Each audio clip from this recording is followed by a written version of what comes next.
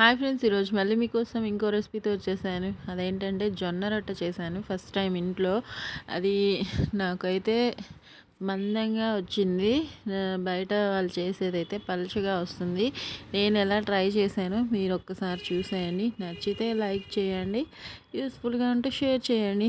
జొన్న పిండి ఇది పట్టించుకున్నాను. కలర్ గోధుమ పిండిలానే ఉంది కదా, కానీ ఇది జొన్నలతో పట్టిందనమాట. తెల్ల జొన్నలు ఉంటాయి కదా, అవన్నమాట. ఇంకా చక్కగా పిండి తీసేసుకొని ఎంత కావాలో అంత తీసుకోండి మీ ఇంట్లో వాళ్ళని బట్టి. ఇంకా పలుచగా రావాలంటే నాకైతే అది కుదరలేదు. ఫస్ట్ టైం ట్రై చేశాను. నెక్స్ట్ టైం ఇంకా పలుచగా రావడానికి ట్రై చేయాలి, ఓకేనా. తగినంత ఉప్పు తీసుకున్నాను. వేడి నీళ్ళు కాగబెట్టుకున్నాను అనమాట. ఈ పిండి అనేది వేడి నీళ్ళతో కాగబెడితే బాగా వస్తుంది అని విన్నానమాట.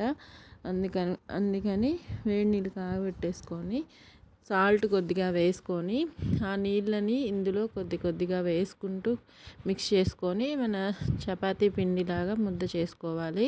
చూపిస్తున్నాను కదా, అస్సలు రాని వాళ్ళు చూసి ట్రై చేయండి. వచ్చిన వాళ్ళు ఇంకెలాగా చేయగలుగుతామో అది కామెంట్స్లో చెప్పండి. నేనైతే నాకు రాదు చేయడం, ఫస్ట్ టైం ట్రై చేశాను. ఇదిగోండి, నీట్గా కొద్దిగా వాటర్ వేసుకొని చక్కగా పిండి అనేది మిక్స్ చేసేసుకుంటున్నాను. ఈ పిండిని గోధుమ పిండి ముద్దలాగా రెడీ చేసి పక్కన పెట్టుకుంటున్నాను.